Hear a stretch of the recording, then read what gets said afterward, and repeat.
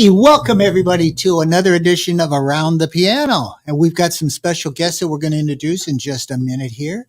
But first, I'm Tim Paul, host of Around the Piano, and I want you to smile, be kind, and keep on keeping on out there. Hey, Drew, how you doing back there, bud? Good, Sam, man. How's things going with you? Good. Going great. Anything new? The rain that's coming. That's good. Go figure that. So today we actually have an intern and one of your employees here learning how to produce. Yeah, cool. Mr. Aldrin, who has multi-talented. Aldrin, yeah. Not to say that Kelsey's not multi-talented. She is. Yeah. She's like the hidden roll the dice mystery talent. There you go. That's sure. Exactly right. For sure. As usual, Tim, we talk about a few things. Excuse me. Number one is, hey, if you like the show, make sure you go to our YouTube channel. That's 216 Creator Studios. Hit that live tab. Make sure you like, share, subscribe. Smash that bell so you get those future notifications that come in. And today's episode is sponsored by Piano Trends Music right here in Crystal Lake. I know that guy. I don't trust him. Yeah, I wouldn't doubt it. You never know. I always try to check the back, but all I find is a bald spot. But that's so why are you laughing, Aldrin? Fired. Right now we're right at the end of the school year, right? Yeah, folks, you got to start planning to get those instruments.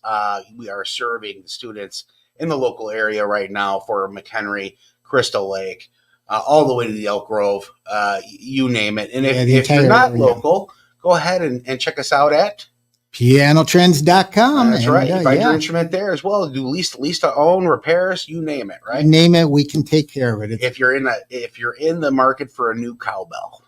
We've got cowbells, song, right? More cowbell. Doug was asking for a cowbell. I play cowbell. Yeah. There you go. Yeah, he has a master's. That's PhD. Yes. Well, speaking of greatness, seems like you guys have some greatness right next to you there, Tim. Why don't you go ahead and introduce the guests? Let's do that. So first we got here to my left, Doug James. Hi. And Fred Brennan. Hello. And your uncle was Walter, from what we understand.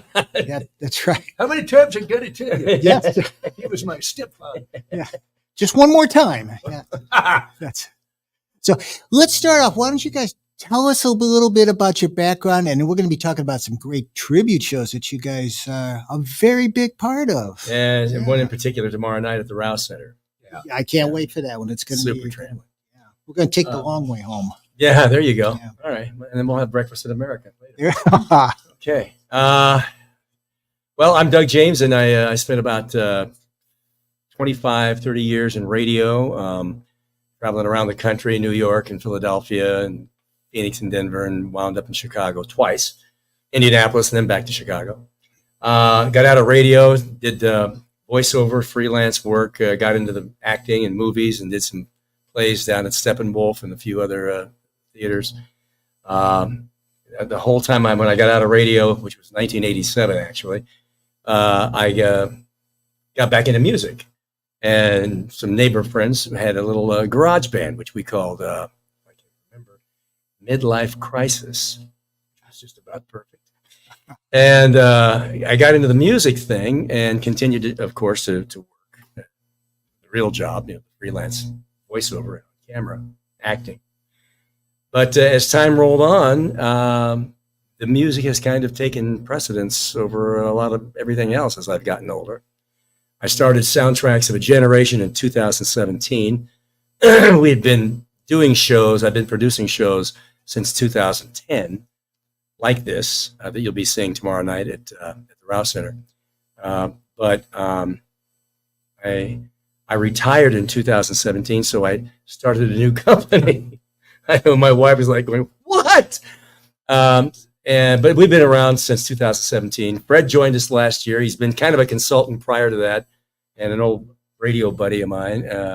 Well, actually, we never worked radio together. No, amazingly. It's a good thing radio that we did. He was a program director. He never would have hired me right out of the box, probably. I totally would have. Totally would have. And I probably would have co-hosted with you. Yeah, that would have been fun. That would have been fun. But anyway, so I'm full-time into being executive producer of this show, and I've come up with a bunch of, I've got about a dozen shows now that I've put together.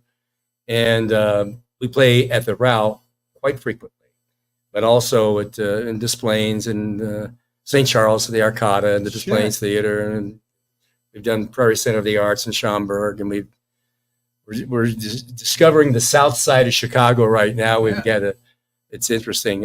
They've been hiring us like crazy down there.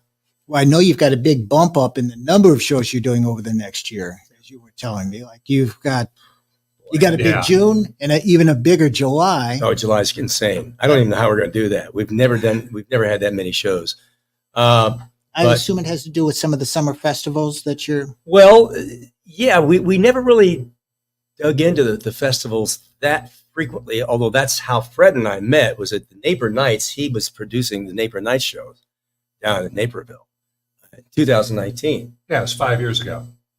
Right about now, because we were doing the 50th anniversary of Woodstock. That's right. Doug had approached me. I'd booked the show. We did 2 nights at Naper Nights. It's the only time, and I think even before or since that in that series we ever devoted, both nights to one theme. So we did the first half of Woodstock on night 1 and the second half on night 2, and it was a lot of fun. And that's kind of how we really fell in. We just sort of instantly hit it off. Yeah. So when I started, COVID just about killed us, but we came back out of COVID, and things started rolling again, and I recognized that this is getting bigger than I can handle, and I need somebody with Fred's expertise, and he's been around a long time. Still books a lot of shows, like we working with the Goo Goo Dolls or Todd Rundgren or somebody. Yeah. So he still does books of those shows. Yeah. But anyway, so yeah, I was performing with the shows as well, but I've gotten a little long in the tooth, and the health issues have kind of knocked me off stage. Sure. So don't have the stamina to stand up there for 2 hours and sing. So I've got about 60 musicians and singers that perform with us on all of our different shows, and it's a lot of fun. It's a lot of work, and that's why I've got a guy like Fred. It is. But the results that you see. I know there's some of the most attended shows at the Rouse Center. Yeah, thank you. Yeah. The Van Morrison show this past spring. That was Derek Purcell. Yeah. It was fantastic. In fact, Derek was on with us just before that show he came on. And he actually played our blue piano that you saw over at the store. Yeah. Right. Yeah. So we had a great time. Yeah. I want to ask Fred his background, but first, something that interested me, you told me on the phone the other day. One of your first jobs, you were DJ in Philly? Well, that wasn't the first job, but yeah, I was a DJ in Philly. Okay. Second job, third job. It was, let's see. Let's see, Phoenix, Denver. Yeah, I got to Philly. It was about my 4th radio station, 1973, 72. But you told me one of your first big interviews. Everybody would like that story. Why don't you tell us that Harry story? Chapin? Yeah. Yeah. I was going by Young Doug James on WIBG, and Harry had just put out Cats in the Cradle. Yeah.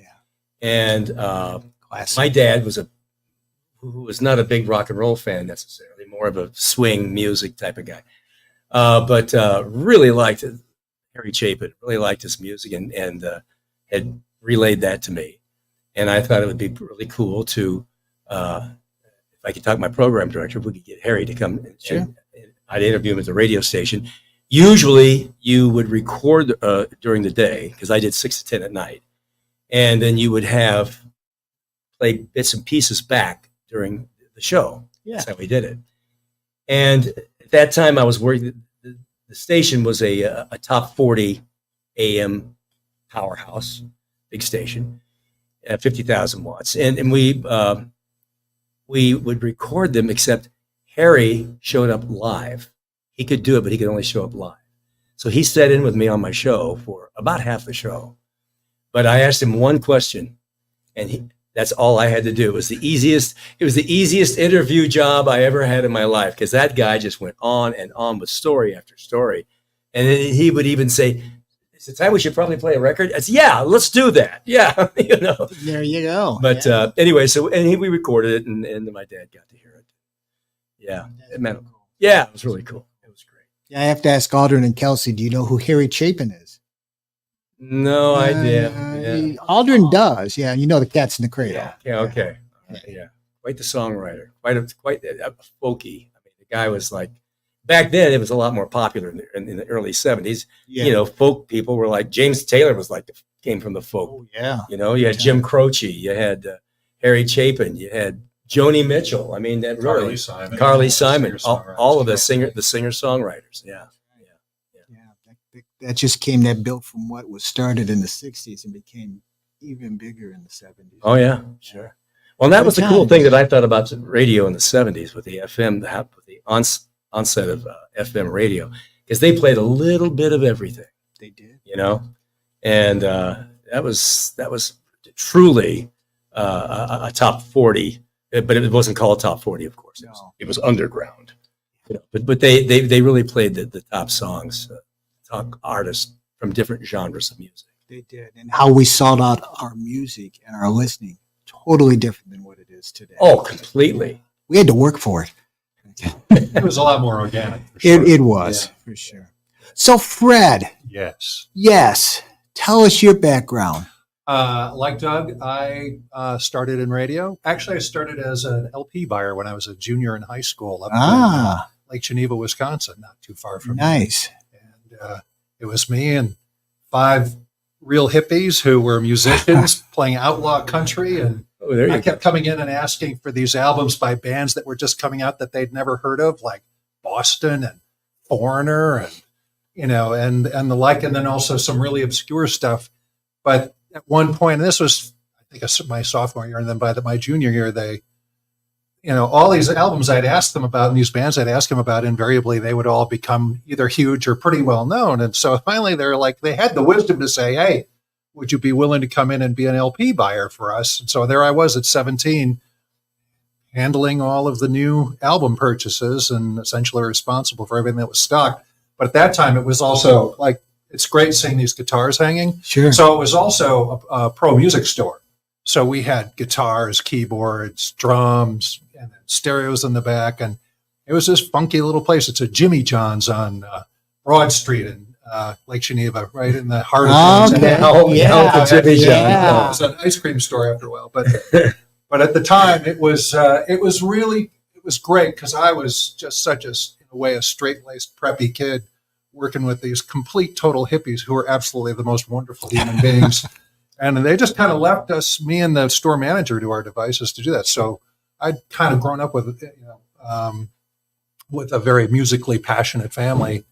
And everyone through high school was saying, you know, well, you got a voice for radio. You should really do radio. And I thought, wow, that's really cool. I can play music for people. And that was really what I was about. Right? I was about connecting people through music. Mm-hmm. And connecting with them as well. And so went to college up in Stevens Point, had my first job in town at the top 40 radio station while I was still working in the college station. And it was a great training ground. And then from there, I worked in Rockford in the early 80s at the height of new wave and punk and all of that. And then I took a job working for a station in Dubuque, Iowa for about a year. And then from there, I went to Milwaukee and was there the last 13 years of my career, winding up the last 7 at an oldies radio station where I was essentially I assembled, I don't know why they all wanted to come and work for me, but like everybody had these long storied careers like Doug's, either in the market or around the country. But we just had so much fun and we're playing oldies, so 50s, 60s, early 70s rock and roll. And it was an amazing time. And so 1999, we were a mom and pop that got bought by the big, evil conglomerate. Sure. And happens a lot. And it was time to be shown the door. And we were a very independent thinking station and we were kind of ahead of our time. So a lot of the people that came in had no idea what it was they thought we were doing, when in fact, it was what the format ultimately evolved to 3 or 4 years later everywhere else. We were just way ahead of the curve. You were ahead of it, sure. Yeah. So some stuff I'm really proud of and met some great people and just a great ride. And then by pure happenstance in 2000, I had a conversation with a lifelong friend and was moving to Chicago. And they're like, oh my word, you need to talk to my boss. He just lost his music director. I'd call her about a job in radio, and the next thing I know, within a week, I'm hired to be the music director, and then subsequently became the production director for an events management company in Chicago doing live music. And so they sit me at this desk and they say, well, here's your first schedule. You've got 13 different festivals and 2 concert series to do in and around Chicago. Go and do it. Your budgets, make it happen. And so again, just a huge canvas to work with. And I'd never booked a band or seen a contract in my life, but I knew music and I knew what would work in different parts of town. I'd go in and research by just walking around, meeting people. Sure. So it was really a real joy. And then so that was first summer was 2001. And by the time we were done in 2008, I was booking and pretty much producing 25 different festivals every summer in and around Chicago and in the suburbs. So neighborhoods like the Rib Fest, Last Fling. Sure. And then concert series at the Morton Arboretum. Did a great one. Probably the best known concert series in Chicago was called Jammin' at the Zoo, which went on for years. Oh, yeah. Yeah. And that was just amazing. And so I did that for 8 years, booked about 6,000 bands through those 8 years, and essentially was a one-man department, researching, booking, contracting, executing the contracts, and being out there on the day. And, for a guy who just is passionate about music, it was amazing because it's not the fan artist dynamic. You're shoulder to shoulder with a lot of these people. Sure. And there were times when it was pretty tough to keep the fan hat off. I'm quite sure. All these quite people sure. I've listened to forever. Right? So who was the one band or musician that you had the most trouble avoiding that? That I get asked that question, and interestingly, it's rare that it's the artists that I have the problems with. Sometimes it's more the crew. So, so I had one very, very well-known, currently touring artist, a woman, she and her show is great, but her crew was a real problem all day long. And I brought in 19 guys to help facilitate their crew of about 5. And fortunately for them, I really liked the guy who was their leader, their production manager. Sure. And at the end of if you want me to tell a story, I will, to kind of illustrate. But I'll You can leave the names out if you need to. There. Well, protect the innocent. Yes. Yeah. So I'll work in and around it. But what I can tell you is that Blue Oyster Cult was leading into this artist. Okay. So that was so Blue Oyster Cult was the lead-in band to the headliner. Gotcha. So that kind of gets you the stature. Okay. And an immediately recognizable name. And again, a great performer. And she and her husband did a terrific job. It was great, and it was a huge show. But at the end of the night, I went up to the production director and I said, look, I really like you. And that's why I'm coming to you, talking to you like this. I said, because if you didn't, there would be a whole different tone to my conversation. But I'm just telling you now, you need to get back to that stage, because right now we're about to have a real mayhem up on that stage. Sure. Because your guys have been antagonizing my guys unnecessarily all day long. And they've been minding their P's and Q's and staying out of your hair. But, it's gone way over the line. And our guys have just about had it. And I said, I can't vouch for what won't happen next. Sure. I mean, it was really pretty serious. So we're talking about this. And right then, the guy who handles all their sound up front, he's like 10 feet away. And as I'm finishing and he heard me talking about how the problems with the crew were, this guy wheels around and he says, "Where's my ride? I want it here now." And so pretend you're the production manager. So you're facing me and he's over your right shoulder, kind of over here, right? Yeah. Like literally 8 feet behind you. And so the production manager's eyes went like this. And I looked at him and I said, okay, if you can be patient for about a minute, let me radio. We'll get you a golf cart and get you up here. And he's like, "I don't want a golf cart. I've seen those vans driving around. I want one of those vans to take me back to the bus." up the hill and I want to go to the bus. And I said, And I smiled and I said, well, that's possible because I hired the vans and I work with the drivers. The drivers are guy, I have their cell phone numbers. I said, I'll tell you what, I'll even let you pick which van you want. So right now, van number 1 right now is driving back to the hotel with Blue Oyster Cult in it. So I can call him and tell him to stop right now, turn around with them in the van and come back and pick you up so you can get a ride in a van up the hill to your bus. I said, you know what? Better idea. I'm going to call van number 2 because that has your boss and her husband riding back to this same hotel right now. I said, you know what? That's the best idea of all. And I literally started calling it, and I literally had him on the phone.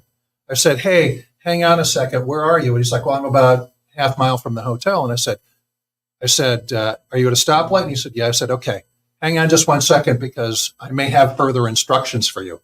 And at that point, the guy, the sound guy's like, no.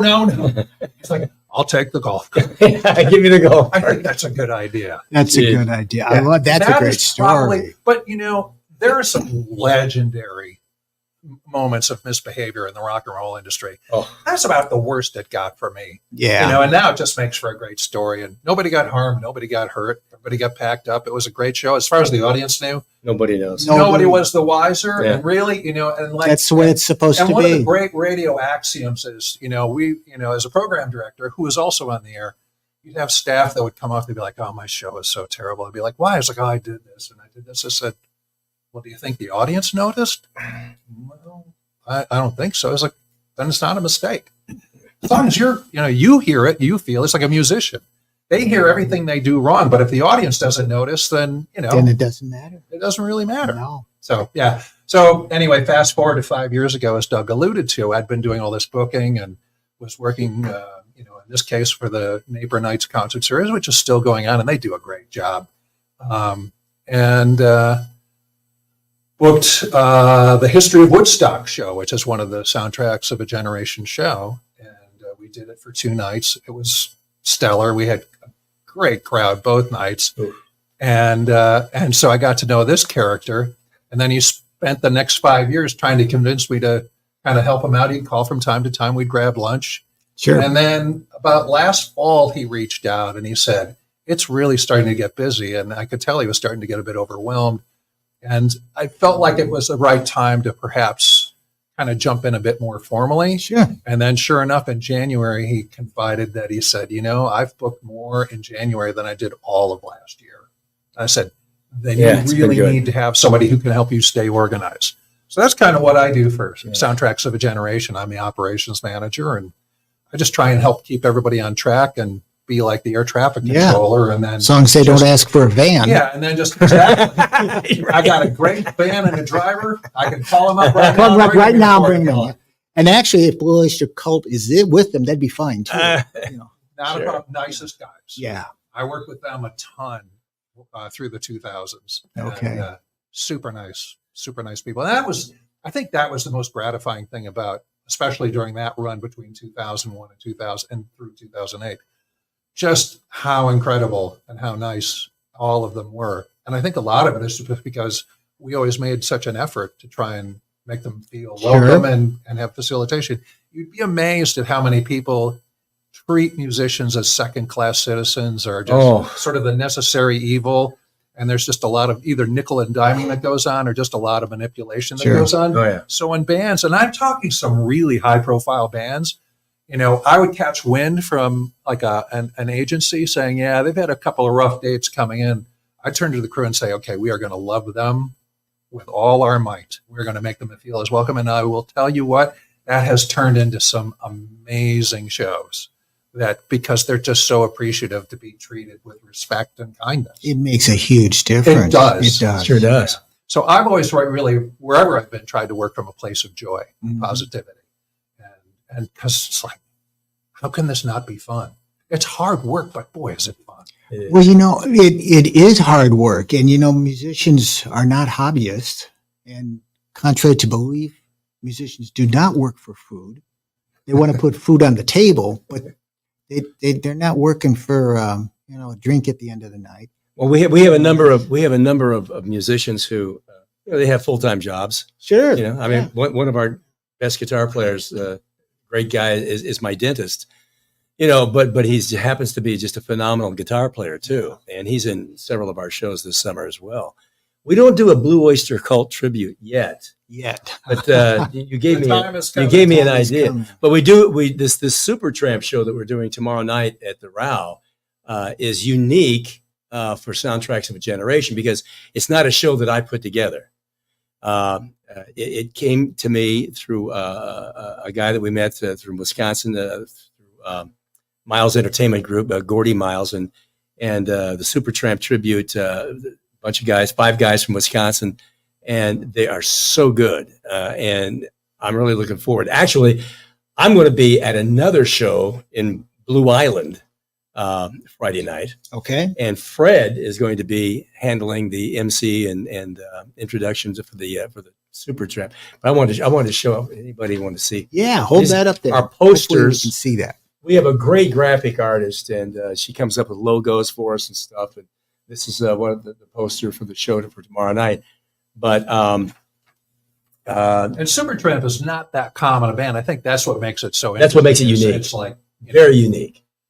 But you will still have people that when they're sitting there at that show, they go, "Oh yeah, I remember." Oh, absolutely. Oh, absolutely. Right? Oh, yes. Oh, yeah. And people sing along. Well, Yeah, it's still, you watch and it. a lot of their music is used in commercials and in films Yes. to this day. So even if you did not grow up at the time that they were big through the 70s and early 80s, there's stuff that's out there on the wind that people will be like, I know this song. Well, But the nature and the complexity and also the demands of what that band, needed and what they did they're not the most easily duplicated band. Right. And so it takes a certain level, not only of musicianship, but, just the tonal quality of vocals and the intricacy of the music. It sounds simple, but you start digging in on it. And it's like, it's not that simple. it's a little bit more advanced. And so in math terms, it'd be like quadratic equations of songs that sound like they're just, Yeah, what he said. add, addition, and subtraction. Chris Boyden is the lead singer, and he does, for the life of me, Alan Hodgson? Roger Hodgson. Roger Hodgson is the lead singer for Supertramp. Okay. And Chris has an amazingly close voice to Roger Hodgson. It's freaky. Yeah. So like, and the other guys that he's best known for are "Give a Little Bit," which is probably Goo Goo Dolls. Goo Goo Dolls covered Goo Goo that. Dolls covered Yeah. that. So that's probably their best known song, Yeah. still, and it's used all over the place All in of the time. commercials. It now. is.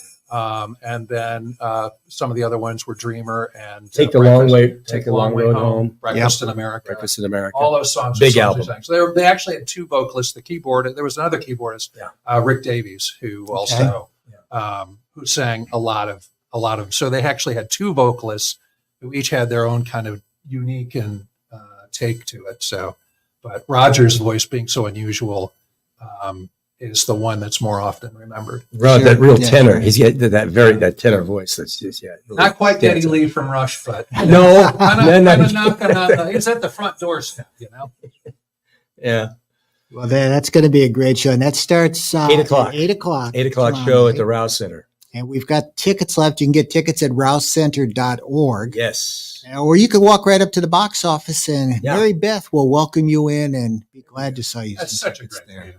Oh, we love Oh, the first of all, Richard Coranda and his crew at the Rouse Center are like, I don't, they're the best. They just know how to handle, people and how to make you feel welcome. And I've known Richard, I guess about 4 or 5 years now. And we sat down at the Starbucks there in downtown Crystal Sure. Lake, and we right around the corner from the Round. And I explained to him what my concept was with all of these shows. And basically, they're shows that I remembered when I was a disc jockey that, for instance, the Mad Dogs and Englishmen show, the Joe Cocker show, I missed out on that. I was in New York at the time, working in New York, and Cocker came in, but I was just leaving the radio station, I'm moving to Minneapolis. Okay. So I missed that show. And then when I was and then I was there briefly I was getting my first class FCC license. I go to Denver from there, and the remnants of the Mad Dogs and Englishmen show with Leon Russell came to a place called Mammoth Gardens and played at Mammoth Gardens in Denver. And I thought, oh man, people had talked about that. This was 1970, of course. People had talked about the Joe Cocker, the Mad Dogs and Englishmen tour, and how crazy it was, how great it was. Sure. This is before the movie came out. Then, you know, but the concerts they'd had these concerts. And Leon was up there and had the Shelter people. They had Rita Coolidge and Claudia Lanier and all of those people. So all of these great musicians. And I had missed that show. I thought, wow, that's a show I really. So you I recreate. wanted to recreate it for And the cool thing myself. about it, and what a lot of people don't realize, because Joe made so many of those songs his own, is that a lot of the tour was cover tunes of big hits. Oh, totally. Yeah. You know, A Little Help from My Friends, and you know, it's like it covered so many different things. But there's so it's like, well, why would you go see a tour for an album that, you know? It's like, I don't know that I know the album, but you probably know at least 80% of the songs Sure. Exactly. that they covered and really gave it their own stamp. And Cocker had just slayed everybody at Woodstock in '69. Yeah. I mean, he owned it. Him and Santana were the big. Santana was the big surprise band, Right. and Cocker was just incredible. Yeah. And he had hits like you were saying, covered like The Letter, which had been a big hit by the Box Tops, but he made it an even bigger hit. Yeah. Feeling All Right, which of course was, you know, Dave Mason and Traffic, but he made that was another one that was huge. And so that was the first show that we did, actually, the Mad Dogs and Englishmen tribute show. And then from there, as I recall, I think I went with Ladies of the Cannon. Oh no, Ladies from the was Canyon came much about better. just a few years ago. I had a resurgence, a love affair again with Linda Ronstadt. I saw Linda Ronstadt's special, and of course we had followed her, unfortunate demise, pulling herself from the music industry and everything. Yeah. Which is so sad. But I know people. I know local musicians. I went to jams and stuff, and I literally cherry picked people from jams, and said, "You could sing this. You, lady, could sing Joni Mitchell. You could sing Linda Ronstadt." And I just built shows around it. Sure. So that's how Ladies from the Canyon came about. A couple of gals, Jessica Hornston and Heather Wood. Some other shows that we do is the John Lennon Project.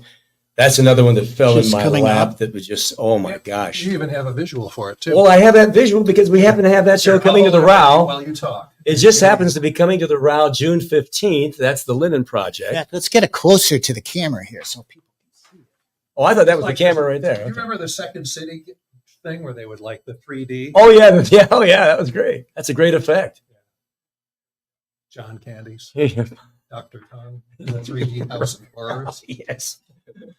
So we do the Lennon Project, and Jay Gepner is, and you'll be interviewing We're Jay talking Gepner. to Jay. Yeah. He'll be here.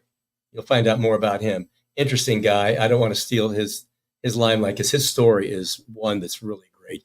But that's another great show of ours.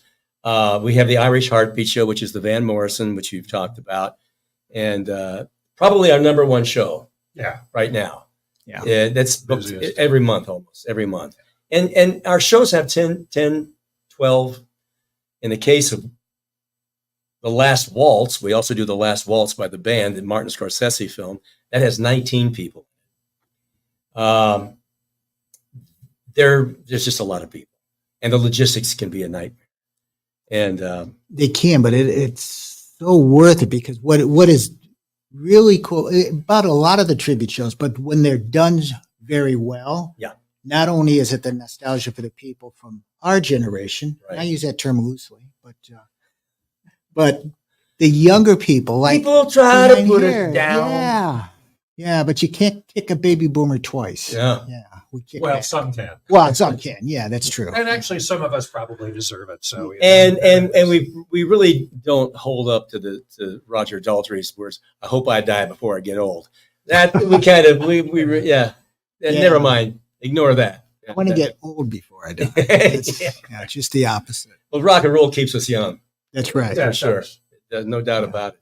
Another great show that we do is Summer of Love. That's the show I came up with early on with my buddy Jay Martini.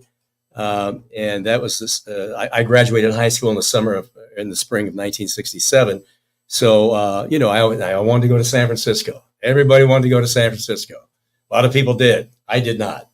So that was a boat that I missed. But I recreated this show, and the way we did that to do that show is we it's very much a Chicago flavor because we utilize the set lists from WCFL from 1967 and WLS. 1967. WLS. And the big 89. And what I loved about CFL was there was a guy by the name of Gary Gears who did the voiceover. The voice of labor, WCFL. Oh my God. The guy was he was amazing voiceover guy. But he was on CFL but we utilized their playlist from 1967. So the Summer of Love 1967 show is strictly songs from 1967. We take and we do a part of a set where we do the Monterey Pop Festival so that you get the resurgence. Janis Joplin is discovered. Otis Redding comes out of the woodwork. He'd been doing a lot of R&B shows, but now white audiences were saying, Otis Redding, oh my God, he's fantastic. The Who and Jimi Hendrix, of course. And so that was a significant year in music. And we have that little segment for the Monterey Pop Festival, but all of the songs are chronologically from January 1967. What was number one? Well, the Monkees. I'm a believer. It was number one for 6 weeks. It got knocked off by Kind of a Drag by the Buckinghams, Chicago band, right? Exactly. And we just move it right on down to June of 1967 when Sgt. Pepper's Lonely Hearts Club Band came out, and we do that album. We do some song from that album, and then we move it right along and chronologically all the way around to the end of the year, which the number one song on the charts at the end of the 1967 was the Monkees again with Daydream Believer. So it kind of goes full circle. Full cycle. Yeah. And I narrate in between, more so in that show probably than almost any other, except maybe the Soul Commitments, which was a show that we do that that's a good from show, the Commitments movie. Yeah, that's a good. Yeah, I think that's one of the things that kind of also defines some of the shows here for Soundtracks of a Generation is that it's the music, but then also we tell a story. Yeah, there's a story that gets told, and through narration or literally like storytelling. It just depends on what show it is, and it's like you're in their living room and they're telling you about this music, and then there's a live band that plays it. Yeah, and it just tries to help frame and put a place and a time and a feeling into the music, so that when the band goes, it's just everybody. Really, it's a music history class as well. Kind of, sort of. Yeah. It is, without being too preachy. It's just it's you're helping either people to remember or you're just helping people to understand and grasp it. Helpful to be a radio guy because we both know we can't talk for too long. It's not the 8-second rule, but it's. But you don't go for too long because people are there to hear the music and they're not there to hear you pontificate. About the time. Right. I remember when. No, we don't do it that way. Well, and I've seen some tribute bands where that actually has happened, where they overtalk it. Yeah. And you're sitting there waiting, just play the music. Yeah. So if you've got that under control. Very conscientious. And sometimes because it's multimedia and then we'll have video, Doug has pulled together a lot of different sources for photos and or video and or whatever. Mm-hmm. So sometimes, if the opportunity is there, we'll kind of look up, see what's going on, and we'll even just break that fourth wall is to just essentially go off script and just say, hey, see that couple up on the screen right there? That's the same couple that was on the soundtrack for Woodstock, in the day. Yeah. That's what they look like now. And so you give it some spontaneity and so there's sort of the random and the planned all together. And it just makes it feel like it's a more alive, present, performance, which is a lot of what radio was the magic of radio, was that it was all mostly live. Correct. And things just happen. And and you had that ability with radio to be immediate. So, and I think that's the thing that gets lost is, it was just being able to say, wow, that storm that just rolled through, blah, blah, blah, blah. Or you're dealing with the environment or the town you live in or the city you're in or whatever, or what's happening at that very moment, that matters, and you're able to relay it immediately. And so you build this kind of relationship and this connection, and for me, it's amazing. So my son was born in the summer of in the summer of 92. And there were a lot of false alarms. And there were times when I had to leave my shift, I'd be like, hey, I gotta go. We're on our way to the hospital. Oh, yeah. And years later, I had listeners who would come up in Milwaukee.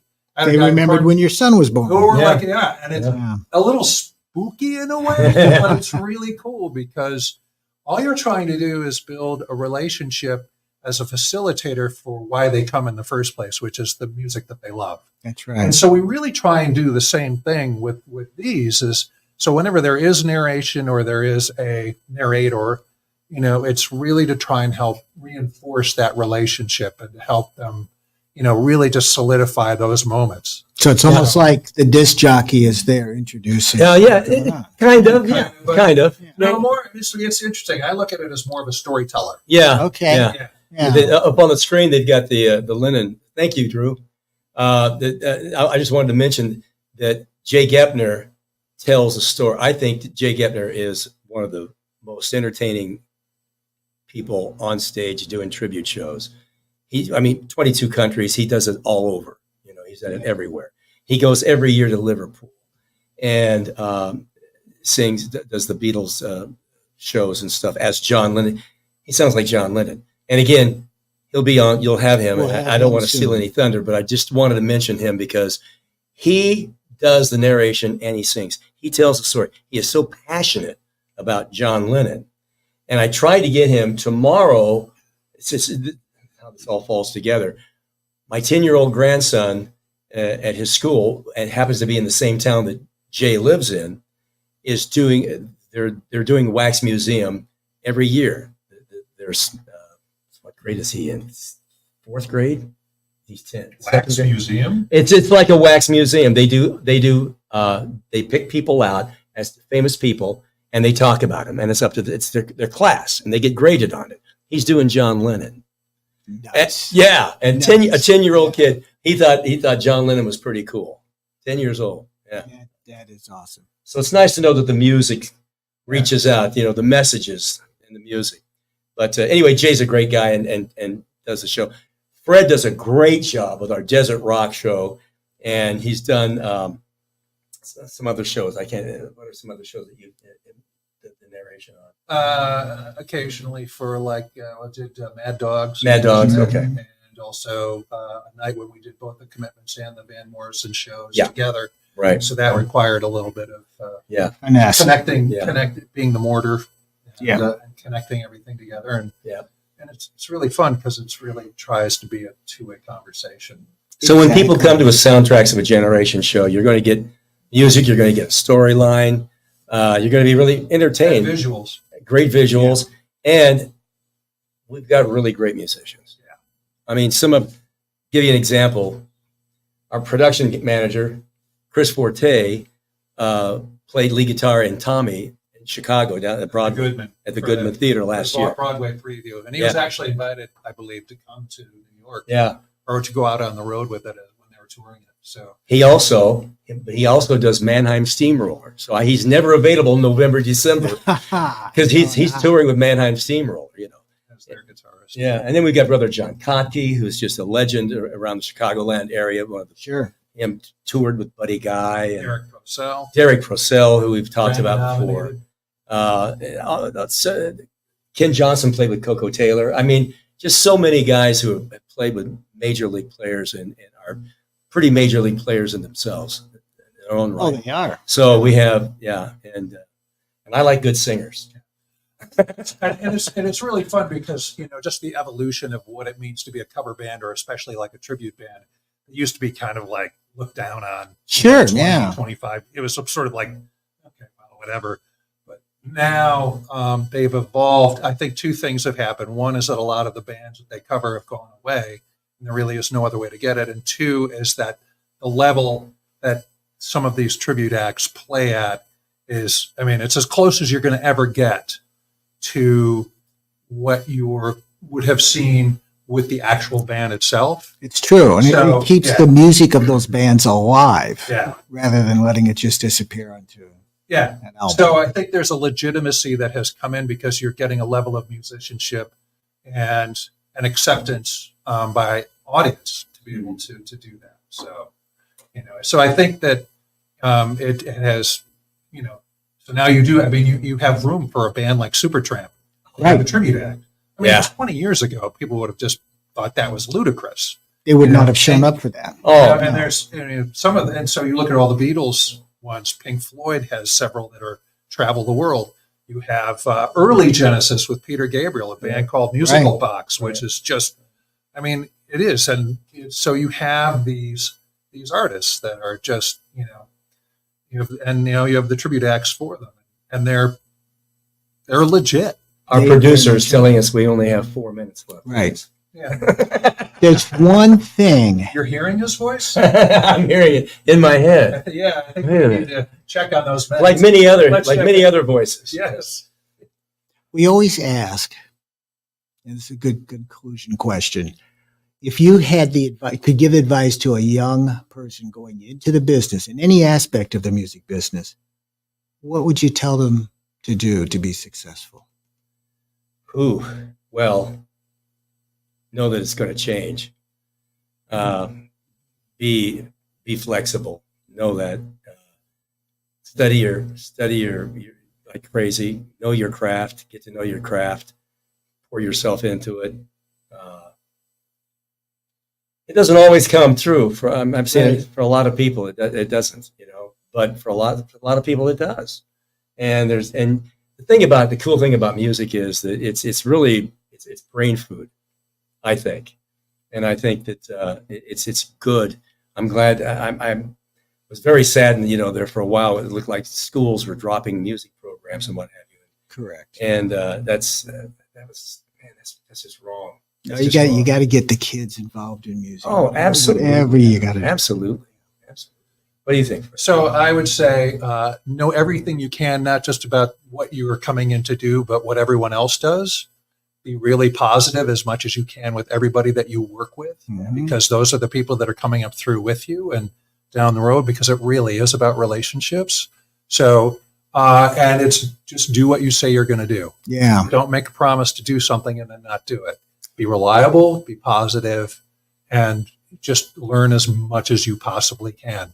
And like Doug said, know that it's going to change and things will work out. But the cool thing is that they do work out, but often not in the ways Not that the way think that you you do. think. Yeah, exactly. I never would have imagined doing what I'm, doing now Sure. as a producer, for some huge things. I mean, I was a production manager for the Women's March in Grant Park for 3 different things. So looking out off of stage, that I was responsible for putting all this audio and video together, and there are 400,000 people out there. Yeah. I mean, it's just, Mind-boggling. I just look and think, or putting the band Train on the deck of the USS Midway aircraft carrier in San Diego and being responsible for doing that. I mean, you just don't, you think you know how it's going to go, but you don't. And sometimes it's a lot cooler. So, That's very fascinating. Well, you know what, guys? Thank you for being here today. And I think we just scratched the surface of some of the things we could talk about. So maybe we could come back at some future date and do this are you again. talked out yet, Doug? Gee. I don't think that's ever happened. No. I don't think that's No. ever happened. No. Yeah, we got So that plenty could of be shows, a plenty regular more show here. We can do 2 shows nightly. Yeah. Yeah. I want to thank Fred Walter Brennan over there, and yeah, and Doug James, and I'm Tim, and Aldrin's back there. Kelsey, thank you guys. Thank Great you, job, guys. Drew. Thank you very much. You Great bet. support.